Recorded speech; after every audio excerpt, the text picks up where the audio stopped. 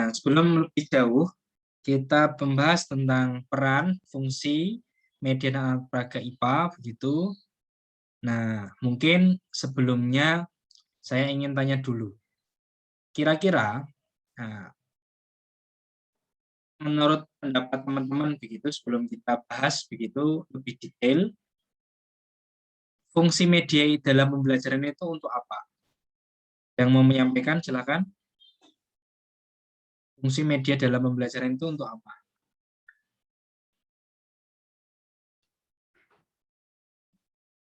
Izin menjawab, Pak. Ya, silakan.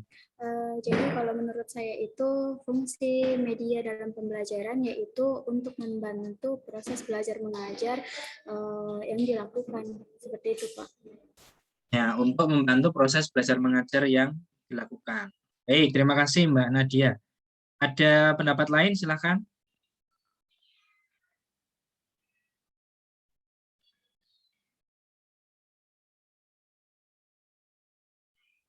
Ada yang dari ya silakan.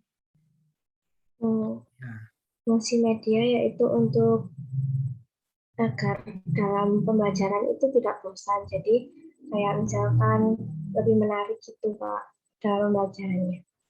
oke, ada pembelajaran yang agar pembelajaran tidak bosan sehingga siswa itu lebih menarik gitu ya menyimak pembelajaran.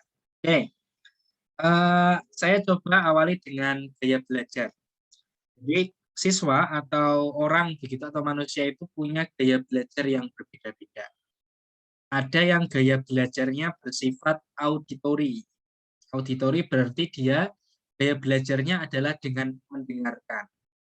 Nah, saya termasuk orang yang media suka kalau diterangin.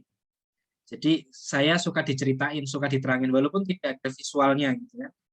Nah, jadi kadang orang yang seperti itu lebih cocok ketika pembelajaran itu dia hanya mendengarkan. Ada siswa yang gaya belajarnya itu adalah menggunakan visual. Nah, berarti dia akan bisa masuk materi atau konten materi itu akan bisa masuk ke dalam pengetahuan yang dia miliki ketika disampaikan dalam bentuk visual. Kemudian ada orang yang menggunakan kinestetik atau gaya belajarnya kinestetik. Kinestetik itu adalah dengan gerakan, dengan memperagakan, dengan demonstrasi langsung. Gaya belajarnya seperti itu. Saya beri contoh gini ya. Coba teman-teman di sini. Kalau teman-teman tanya alamat ke orang, ya kan, lebih enak mana? Ini terkait dengan gaya belajar. Ya. Lebih enak mana? Diterangkan dengan arah begitu atau kanan kiri. Ini ke kanan, ini ke kiri, ke kanan gitu. Misalkan lurus nanti mentok ke kanan, lurus nanti mentok ke kiri. Nah, ada juga orang yang menerangkan dengan lurus nanti ada pom bensin. Nah, nanti pom bensin nanti ke kanan. Nanti setelah pom bensin itu ada rumah warna hijau. Nanti lurus lagi. Nah, kira-kira teman-teman suka yang mana?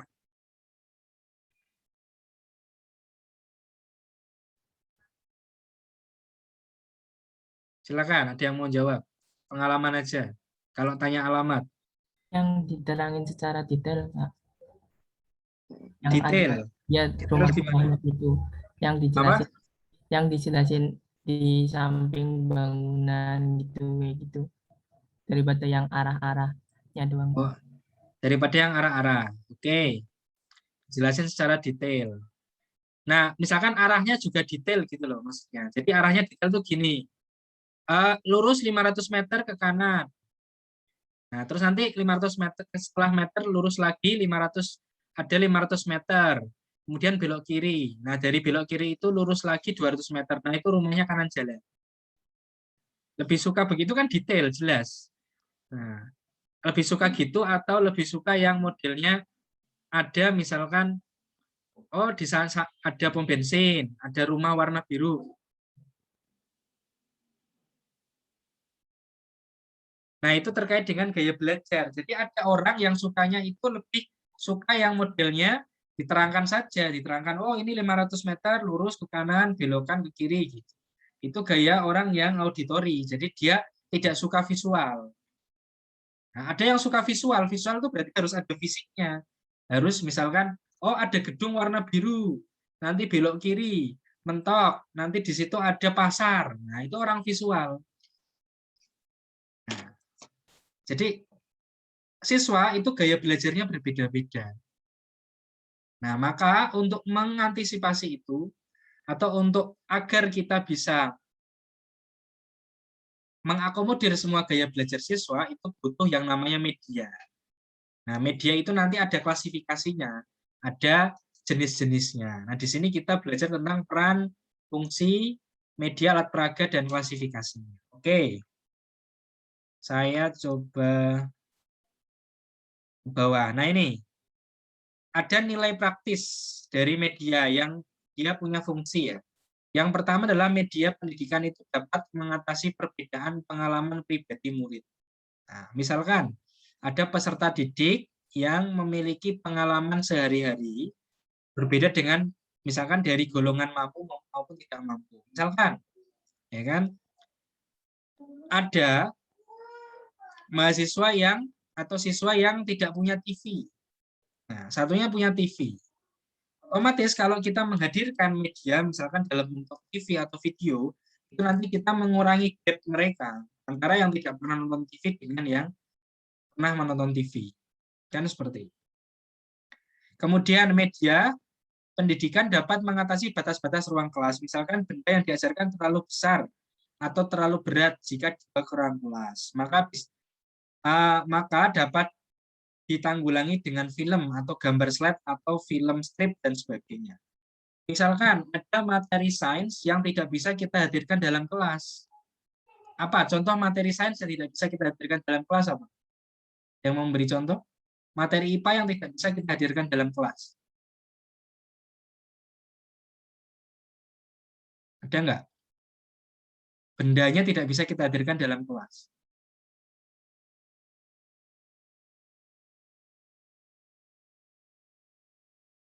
Ada?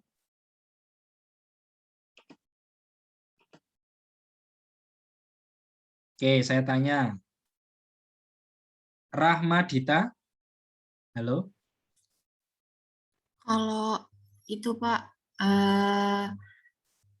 praktikum laboratorium mungkin atau gimana? Apa yang tidak bisa dimasuk kelas? Lab kan juga masuk kelas. Itu kan kelas-kelas praktek gitu maksudnya. Ada nggak materi sains yang tidak bisa masuk ke dalam kelas? Objeknya itu. Oke, Mbak Rahma pernah belajar tentang planet, tata surya? Pernah. Bisa dihadirkan dalam kelas itu? Objek planetnya? Tidak. Tidak bisa, maka kita butuh media atau alat peraga. Bumi, globe misalkan. Nggak mungkin kita bawa matahari langsung ke kelas, ya sudah hilang dulu kelasnya jadi gas kan gitu. Nggak mungkin kita bawa Jupiter gitu toh. Jupiter sama bumi aja besar Jupiter kan. Oke, yang ketiga, media dapat mengatasi keterbatasan karena jarak. Ya, misalkan pembelajaran jarak jauh gitu. Dengan media kita bisa mengatasi itu. Kemudian misalkan ada benda yang terlalu kecil, misalkan molekul, sel, itu tidak bisa kita hadirkan dalam kelas karena jaraknya terlalu kecil. Maka kita bisa gunakan dengan pemodelan simulasi media dan sebagainya. Muatan misalkan. Kemudian media pendidikan dapat mengatasi masalah keterbatasan waktu. Nah, sebagai contoh, kalau kita hanya di dalam kelas, maka keterbatasan itu hanya bisa diakses ketika di kelas saja. Tapi misalkan ada media yang sifatnya online begitu atau yang lain, maka siswa itu bisa mengaksesnya anywhere dan anytime. Nah, dimanapun dan kapanpun. Misalkan ada benda atau gerakan benda yang cukup cepat gitu ya diamati, terlalu lambat, maka bisa kita hadirkan media. Misalkan kita mau mengamati tentang gerakan burung ya kan, gerakan burung begitu ya. Sayapnya itu sebenarnya gimana? Nah, kalau kita mengamati langsung, oke, kita bisa real mengamati gerakan burung terbang langsung. Tapi bagaimana kita mau mendetailkan gerakan sayap ketika terbang seperti apa? Apa bedanya burung elang dengan burung merpati ketika terbang? Nah, kita hadirkan video slow motion sehingga kita bisa mengamati, oh kalau burung merpati terbang itu sayapnya seperti ini, mekanisme terbangnya seperti ini. Kalau burung elang seperti ini. Nah, dengan media kita bisa mengatasi. Yang kelima, media pendidikan dapat digunakan untuk memperlihatkan hal-hal peristiwa yang tidak dapat diulang kembali terjadi di masa lampau. Misalkan peristiwa bencana alam, ya kan? Misalkan kita mau simulasi tsunami, ya kan nggak mungkin kita hadir ke tsunami langsung, kemudian kita ulang-ulang terus kalau nggak paham, itu kan? Sudah paham tsunami, gitu kan? Belum, ya sudah kita bikin tsunami lagi, kan nggak gitu tuh. Nah, tinggal nanti malah kalau gitu banyak bencana. Jadi kita tinggal mutar video berulang-ulang agar siswa itu bisa paham. Kemudian media memungkinkan adanya kontak langsung dengan masyarakat atau alam, lingkungan, misalkan mengunjungi suatu tempat. Nah, misalkan kita mau media tentang batuan, ya kan. Kalau teman-teman ini sudah luring, biasanya ada KKL, ya kan. KKL ke situs batuan, ya. Itu kita bisa mengamati batuan-batuan yang sesuai teori begitu ya. Ada batuan metamorf, ada batuan sedimen, ada batuan beku, itu dengan media batu, alat peraga batu yang kecil-kecil gitu kan, yang ada di museum batuan. Dan media itu kita bisa langsung begitu berinteraksi dengan alam. Kemudian media pendidikan memberikan kesamaan dalam pengamatan terhadap suatu objek. Nah, maksudnya dengan media itu kita bisa mengamati objek itu sama gitu kan. Siswa itu bisa melihat objek itu dalam sudut pandang yang sama. Yang terakhir adalah media pendidikan dapat membangkitkan minat. Nah, ini tadi yang disampaikan oleh Maliha, bahwa media itu berfungsi untuk membangkitkan motivasi belajar.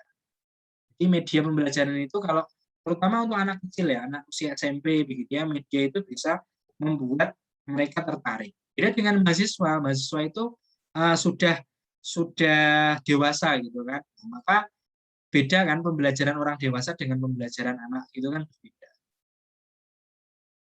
Teman-teman pasti sudah belajar di teori pembelajaran ya kan, atau pengantar ilmu pendidikan, itu sudah ada. Kalau psikologi pembelajaran, bahwa pembelajaran orang dewasa dengan anak sekolah itu berbeda.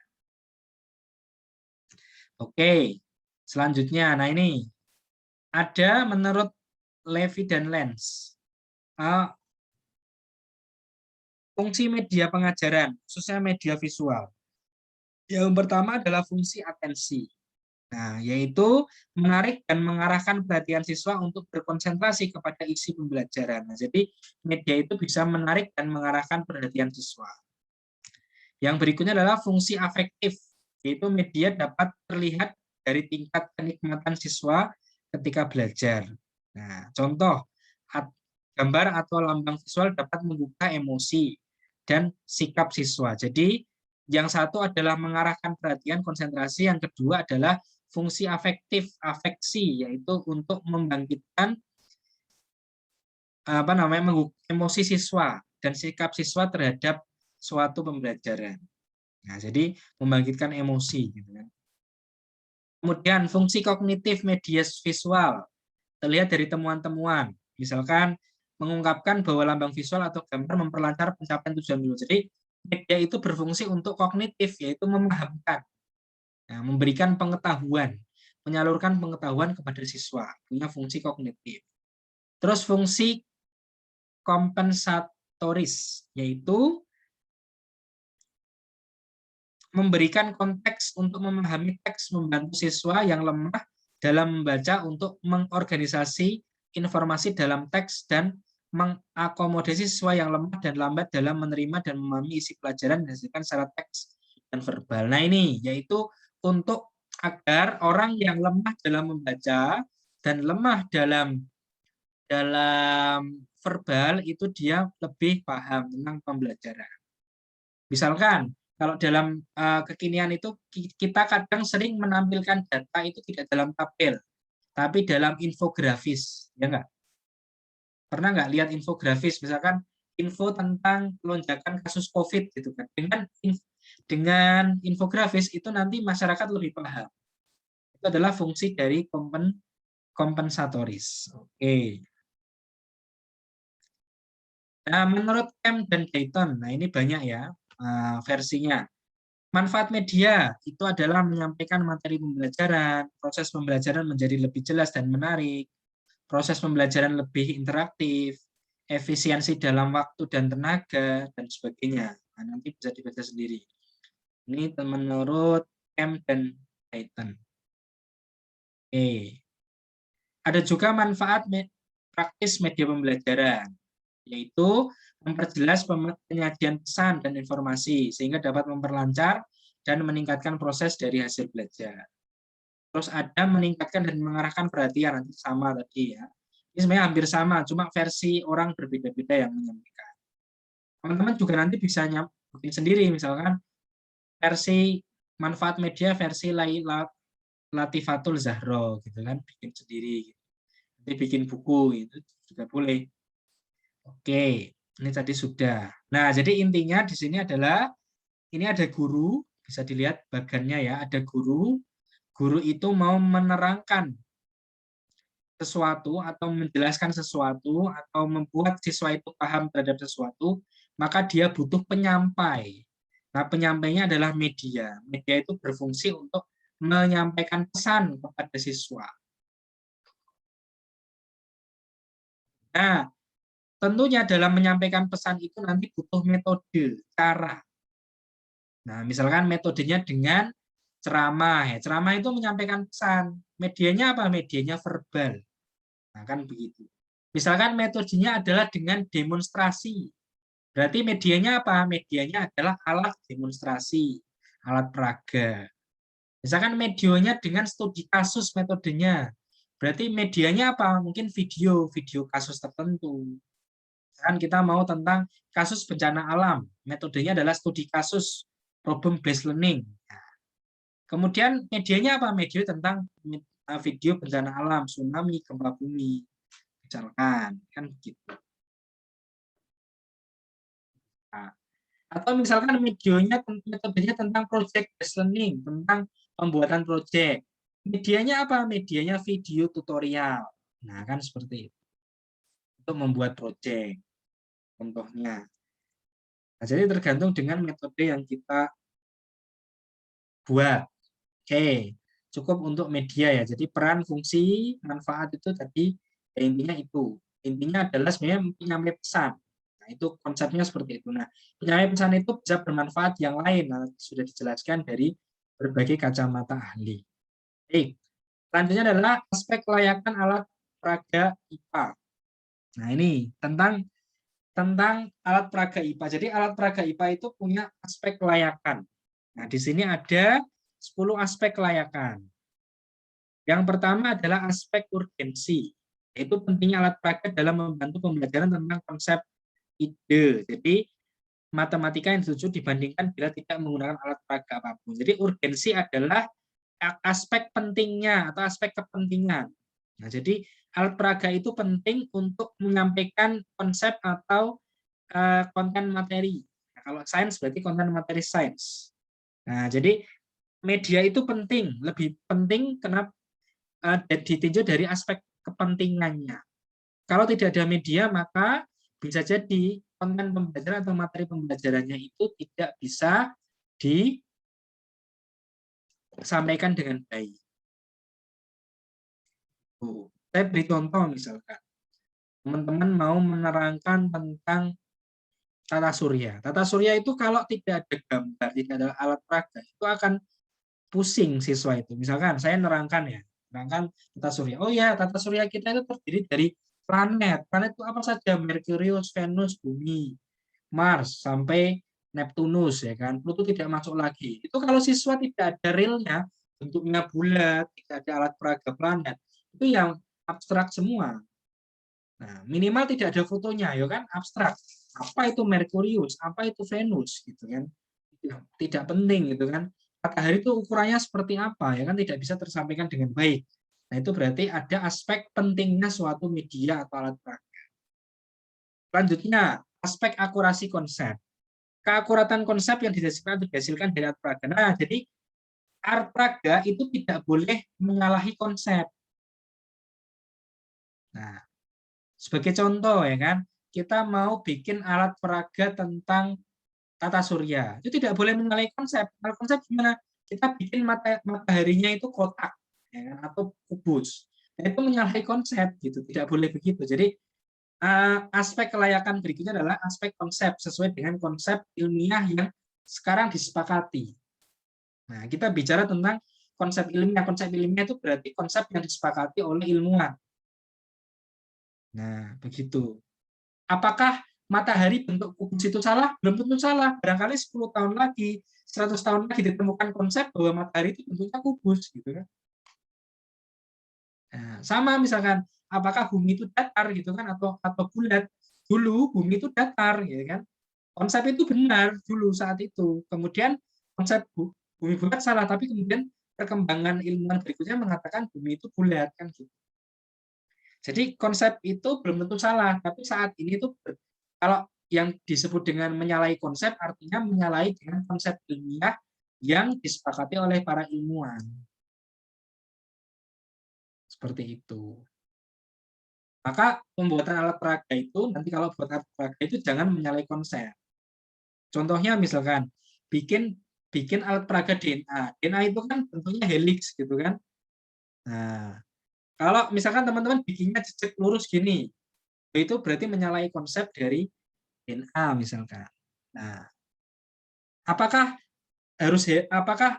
kalau lurus gini salah? Belum tentu salah. Barangkali 100 tahun lagi ditemukan bahwa ternyata model DNA itu lurus begitu. Nah, tapi kan untuk saat ini itu dianggap menyalahi konsep umum, konsep ilmiah umum. Berikutnya aspek pemahaman konsep. Kemudahan dan kejelasan dari siswa untuk menangkap konsep. Nah, ini kalau dalam matematika. Jadi media itu atau alat peraga itu, ini lebih ke alat peraga ya. Alat peraga itu harus membantu siswa untuk memahami konsep. Kan begitu. Misalkan mau bikin alat peraga tentang bikin jantung begitu ya. Ada serambi kanan, serambi kiri. Kemudian ada bilik kanan, bilik kiri. Nah, jangan sampai alat peraga itu malah mengacaukan atau membuat siswa itu tidak paham. Nah, maka nanti malah peran dari alat peraga itu malah tidak berfungsi. Yang keempat adalah aspek ketertarikan ide. Itu daya tarik alat peraga tersebut untuk membangkitkan siswa. Nah, maka alat peraga itu harus dibuat menarik. Jangan sampai malah sudah bentuknya jelek, siswa malah enggan untuk menggunakannya. Begitu. Kemudian ada aspek variabilitas, yaitu tingkat variabel penggunaan alat peraga dari segi variabilitas konsep atau ide. Maksudnya adalah alat peraga itu juga harus ada variabel-variabel yang bisa dipahami oleh siswa. Nah, jadi tidak hanya bentuknya alat peraga yang modelnya itu hanya mungkin tidak bisa diapa-apakan oleh siswa. Nah, contohnya misalkan kan mau bikin alat peraga bumi, itu kan tidak boleh kita pakai styrofoam bikin bulat gitu saja kan nggak bisa. Maka harus ada variabelnya. Bumi itu berarti punya lautan, punya daratan. Berarti harus ada gambar lautan, ada gambar daratannya. Kan begitu. Nggak boleh kita hanya ini bumi gitu kan, bentuknya styrofoam putih. Itu bukan alat peraga namanya. Itu hanya berupa pemodelan ya kan, simbol saja kalau bumi itu bulat, tapi itu bukan alat peraga sains. Harus ada variabel, ada lautannya, nanti bisa membedakan antara gunung dan daratan rendah, kan begitu. Kemudian 6 adalah aspek dasar abstraksi, yaitu ketepatan landasan pijakan yang digunakan oleh alat peraga untuk kegiatan abstraksi. Maksudnya alat peraga ini harus berdasarkan pada landasan yang benar atau referensi yang tepat. Nomor 7, aspek berpikir refleksi, yaitu rangsangan yang dapat diberikan alat peraga kepada siswa untuk melakukan kegiatan refleksi. Jadi dengan alat peraga itu siswa bisa melakukan refleksi. Refleksi itu apa? Refleksi itu adalah memikirkan kembali konsep yang dia dapat sebelumnya. Kemudian aspek inquiry, kemungkinan siswa untuk menemukan konsep dari bantuan alat peraga. Nah, ada aspek inquiry, jadi tidak hanya bentuknya itu semacam hanya memodelkan suatu objek objek sains, tidak, tapi juga bisa aspek inquiry. Misalkan teman-teman bikin pompa hidrolik gitu kan. Nanti siswa itu bisa menemukan konsep inquiry. Oh, ternyata tekanan itu dipengaruhi oleh luas penampang, misalkan Pascal. Nah, itu konsep inquiry. 9. Aspek signifikansi konsep. Itu pentingnya konsep, ide yang muncul dari alat peraga tersebut. Jadi, bisa alat peraga itu memunculkan ide dari siswa. Nah, 10 adalah aspek keterpaduan. Nah, keterpaduan itu maksudnya adalah ada di situ bisa ada beberapa fungsi. Yang pertama bisa berpikir, berbicara, bergerak gitu kan dengan bantuan alat peraga yang kita buat. Kemudian ada aspek ketahanan fisik. Nah, ini aspek fisik ya. Jadi fisik itu juga harus tahan, ya kan? Alat peraga jangan cepat rusak. Nah, kemudian ada aspek miskonsepsi, kesalahan konseptual yang mungkin muncul dari ukuran dan warna alat peraga. Misalkan kita mau bikin alat peraga bumi tadi ya, maka jangan sampai membuat miskonsep. Gimana misalkan kita gambar lautnya pakai warna orange. Nah, itu miskonsep jadinya. Tidak seperti konsep umumnya laut itu biru. Nah, atau menggambar daratan dengan hitam. Ya, hitam gitu kan karena warna tanah hitam. Itu kan tidak seperti kalau kita punya globe gitu kan. Kemudian aspek ketertarikan fisik. Nah, fisik itu juga harus tertarik gitu kan, menarik siswa untuk menyobanya. Ada aspek keakuratan fisik, ada kemudahan operasi ya. Jadi alat peraga itu harus mudah untuk dipakai, dioperasikan. Kemudian ada aspek konstruksi. Nah, berarti harus konstruksinya itu harus sederhana, tidak rumit, mudah diduplikasi. Ada aspek mobilitas, mudah dibawa kemana-mana. Ada aspek kompetensi, yaitu kekuatan fisik dari alat peraga dengan kompetensi fisik siswa dapat dilihat dari diperagakan dan dibawa oleh siswa. Jadi kompetensi fisik dari siswa itu juga menjangkau, misalkan tidak terlalu berat, gitu kan. Jadi siswa bisa membawanya kemana-mana. Aspek kelayakan penyimpanan, nah nih, jadi alat peraga itu cari yang mudah disimpan atau buat yang mudah disimpan. Misalkan tidak mudah jamuran, tidak mudah retak, gitu kan, tidak mudah pecah. Aspek keamanan fisik, ya misalkan jangan alat peraga yang misalkan menimbulkan ledakan, ya kan? Sehingga nanti malah membahayakan siswa atau guru. Kemudian aspek keamanan kimia, misalkan alat peraga itu mengandung zat kimia berbahaya, itu jangan yang seperti itu. Kemudian yang terakhir adalah aspek ekonomis. Nah ini alat peraga itu kalau bisa terjangkau. Jadi kalau siswa itu membuat alat peraga sendiri itu nanti terjangkau. Jadi kalau bisa terbuat dari bahan-bahan yang bekas atau bahan-bahan limbah. Oke, silakan. Sampai sini ada yang mau bertanya? Saya persilahkan. Tentang aspek kelayakan dari alat peraga. Silakan, ada yang mau bertanya?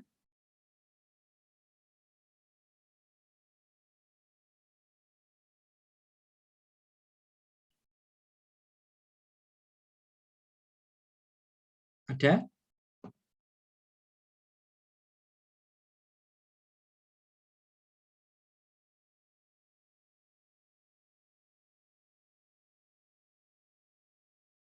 Jelas? Jelas apa enggak? Oke. Ini dulu Fisdes bukan saya ngajar ya kayaknya ya. Saya kok agak asing gitu. Ini 2020 tapi saya nggak pernah lihat, jarang lihat wajahnya gitu. Iya ya? Oh iya. Berarti saya biasanya rombelnya Arfatur tuh kelas berapa ya? Kelas A ya? Apa kelas apa itu? Ini kelas A, B, C, D? C, Bapak. Kelas C ya? Iya. Oh, kelas C, oke. Sama D, Pak. Oh, kelas C sama D gabung. Oh, ada yang D. Oke. Baik, saya lanjutkan kalau sudah jelas. Selanjutnya adalah tentang klasifikasi media. Media itu ada beberapa klasifikasi. Di sini banyak ahli yang sudah mengemukakan. Misalkan klasifikasi menurut Azhar 2010. Ya.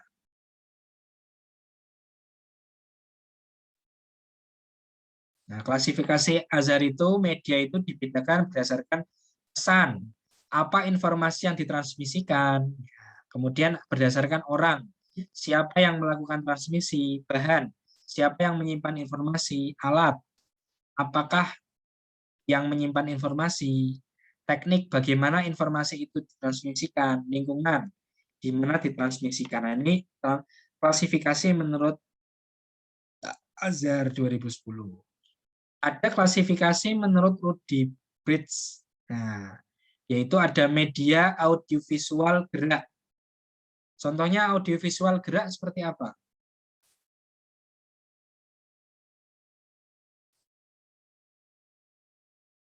Contohnya animasi, ya kan? Animasi. Teman-teman bikin animasi misalkan pergerakan sel telur atau sel sperma.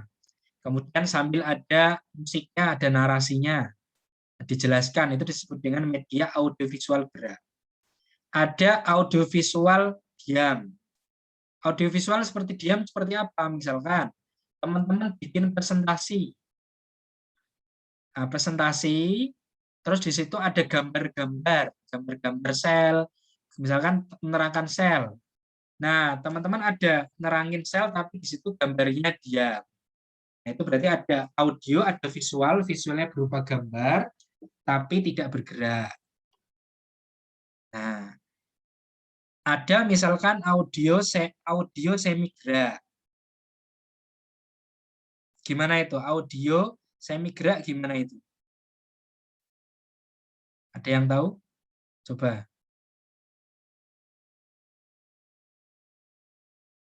Gimana itu? Audio semi gerak.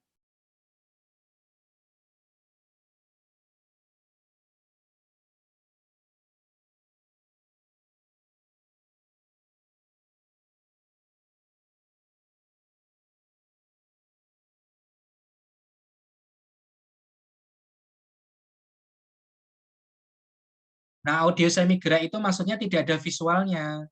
Jadi teman-teman misalkan memperagakan sesuatu, tapi hanya audio saja, tapi sebenarnya di situ ada gerakan.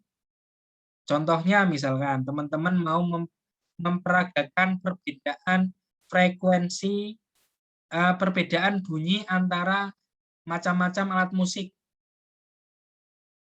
Atau misalkan misalkan mau kita mendengarkan suara mesin, ya kan? Itu kan mesinnya bergerak, tapi tidak ada visualnya. Nah, itu disebut dengan audio semi gerak. Kemudian ada visual gerak. Visual gerak misalkan ada animasi bergerak tapi tidak ada suaranya. Visual diam berarti gambar. Kemudian ada media semi gerak. Media audio saja, kemudian media cetak. Nah, cetak itu misalkan gambar bentuk cetak, gitu, poster, flyer, gitu. Nah, kemudian ada media pembelajaran menurut Sujana dan Ahmad Rifai. Nah, yaitu ada media pengajaran mengklasifikasikan media ke dalam 4 kelompok, yaitu media grafis 2 dimensi, misalkan gambar, foto, atau media 3 dimensi, misalkan model susun, model kerja, ada model proyeksi seperti OHP, LCD, dan media lingkungan atau alam. Jadi klasifikasinya ada media 1 dimensi, misalkan gambar, 2 dimensi ya, misalkan gambar, ada 3 dimensi, misalkan bentuknya adalah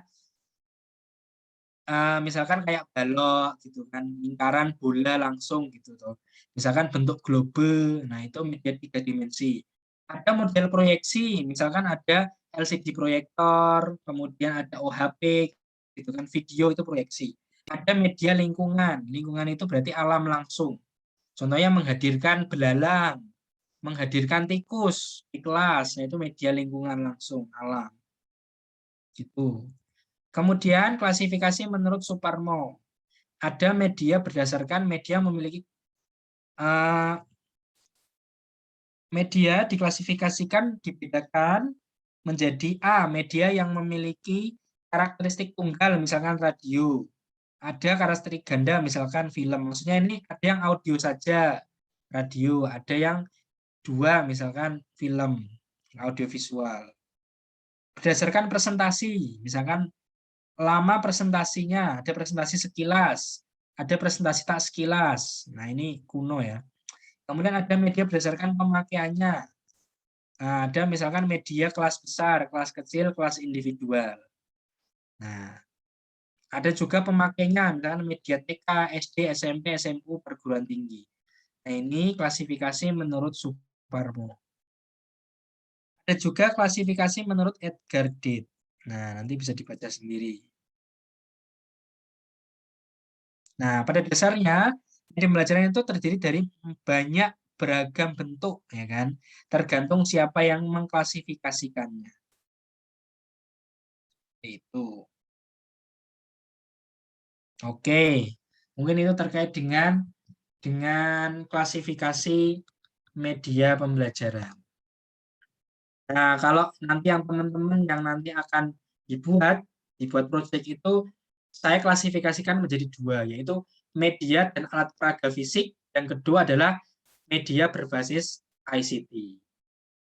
Media berbasis alat peraga fisik, misalkan yang nanti akan teman-teman buat, herbarium dan insektarium, sama alat peraga IPA di akhir nanti.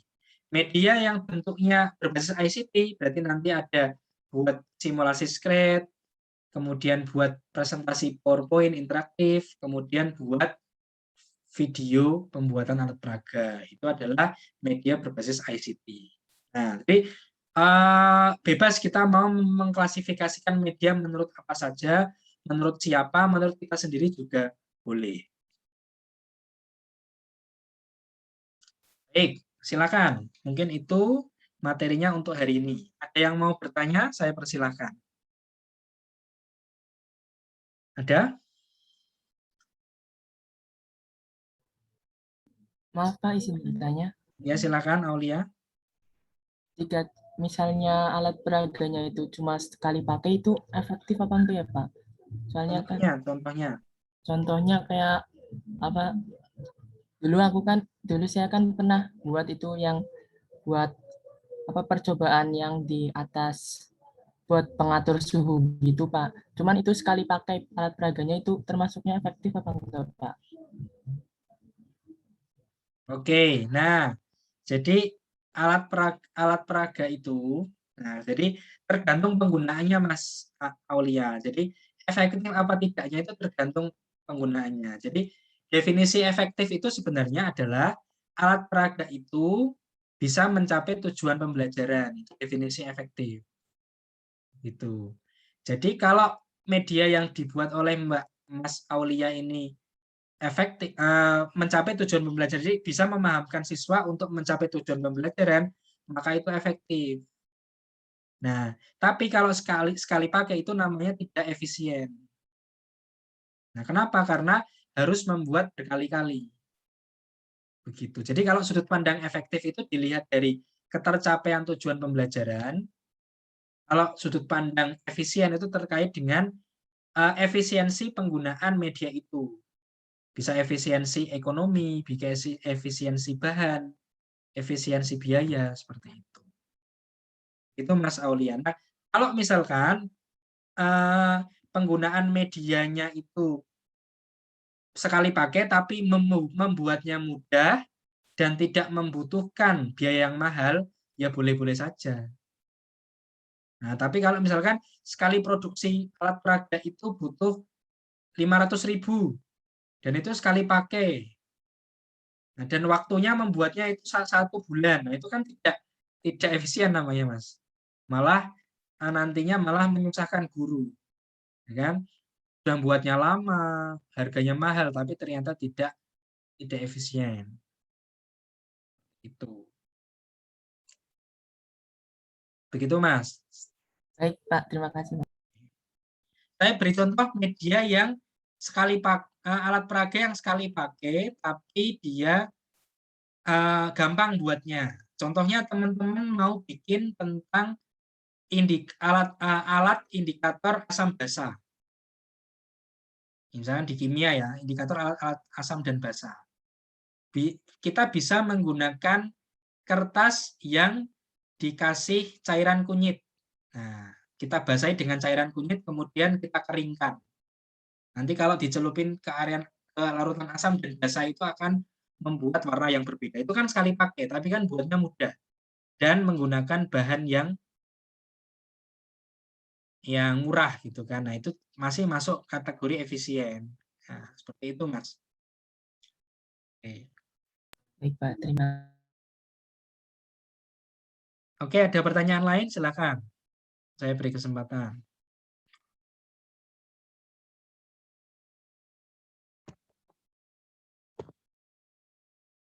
Silakan, ada pertanyaan?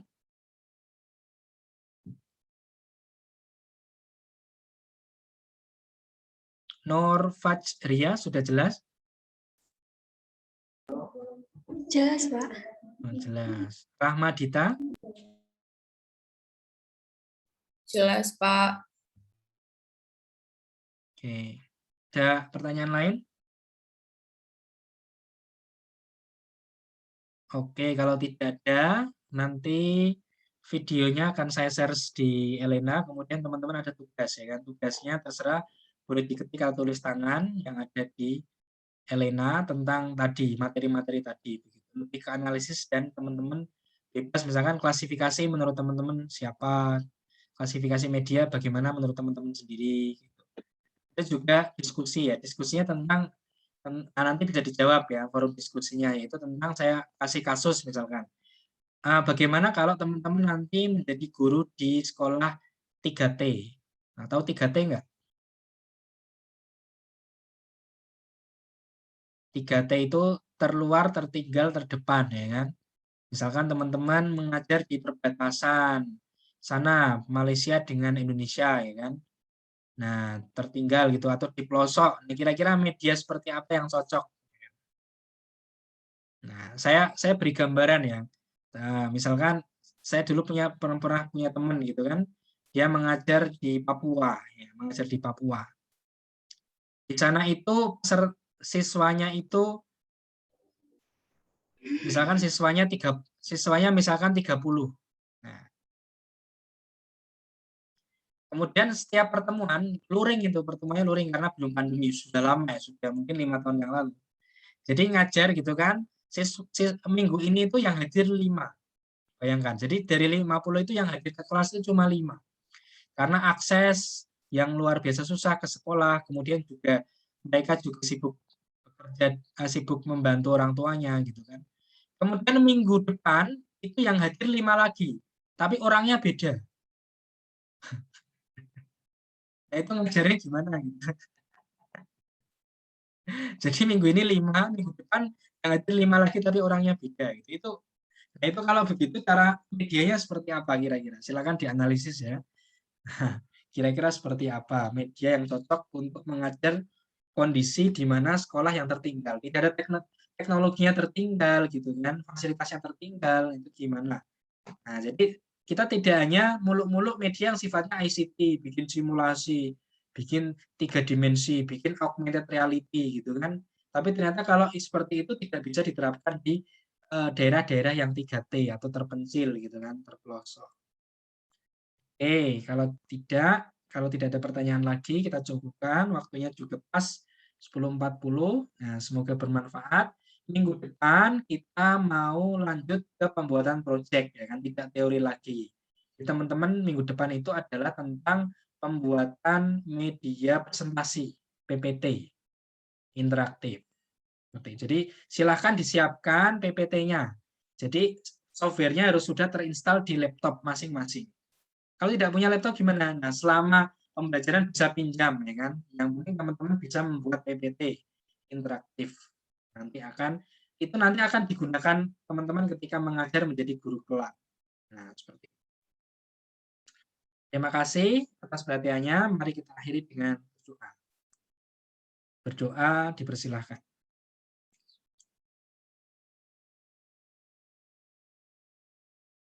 Selesai. Dari saya cukup sekian, kurang lebihnya mohon maaf. Assalamualaikum warahmatullahi wabarakatuh. Waalaikumsalam warahmatullahi wabarakatuh. Waalaikumsalam warahmatullahi wabarakatuh.